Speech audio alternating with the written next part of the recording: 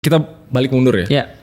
Apa tujuannya kiamat diceritakan atau di apa ya namanya? Diprediksi. Kenapa harus ada kiamat itu? Bagus banget. Aku baca satu penelitian lagi tentang bagaimana game mempengaruhi generasi.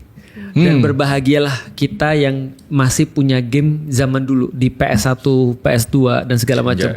Kenapa? Karena orang-orang bilang begini, yang neliti game ini ya, game zaman sekarang sama game zaman dulu itu berbeda jauh. Maka karakter orang-orangnya juga berbeda jauh. Dan salah satu yang paling beda jauh gamenya adalah game zaman sekarang gak ada endingnya. Iya, zaman sekarang kan lu main PUBG, main ML kan gak ada endingnya. Nah, termasuk story games tuh kebanyakan dibikin floating. Benar, floating. Kalau dulu gak tuh ada langsung abis gitu. Ya, zaman dulu ada namanya Big Boss. Ada namanya Final Boss. Zaman sekarang nggak ada. Karena game zaman sekarang dibuat untuk media sosial. Untuk orang berinteraksi satu sama lain. Orang main Roblox itu bukan nyari ujungnya. Iya, nyari pertemanan. Nyari pertemanannya. Nah, game zaman dulu beda. Game zaman dulu adalah bagian daripada entertainment. Dan kita kalau misalnya kita nggak bareng-bareng sama orang, kita nggak bisa main. Zaman sekarang kita sendiri bisa main loh. Maksudnya sendiri di rumah bisa gabung jadi satu ini. Nah, memiliki ending ini penting banget.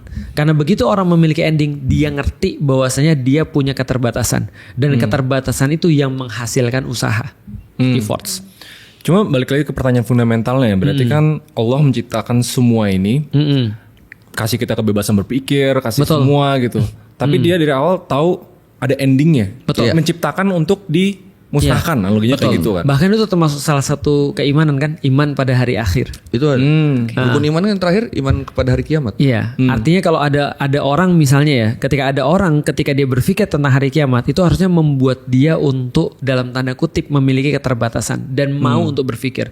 Aku kemarin gini, aku mikir ya, apa sih yang membuat orang punya insentif untuk melakukan sesuatu?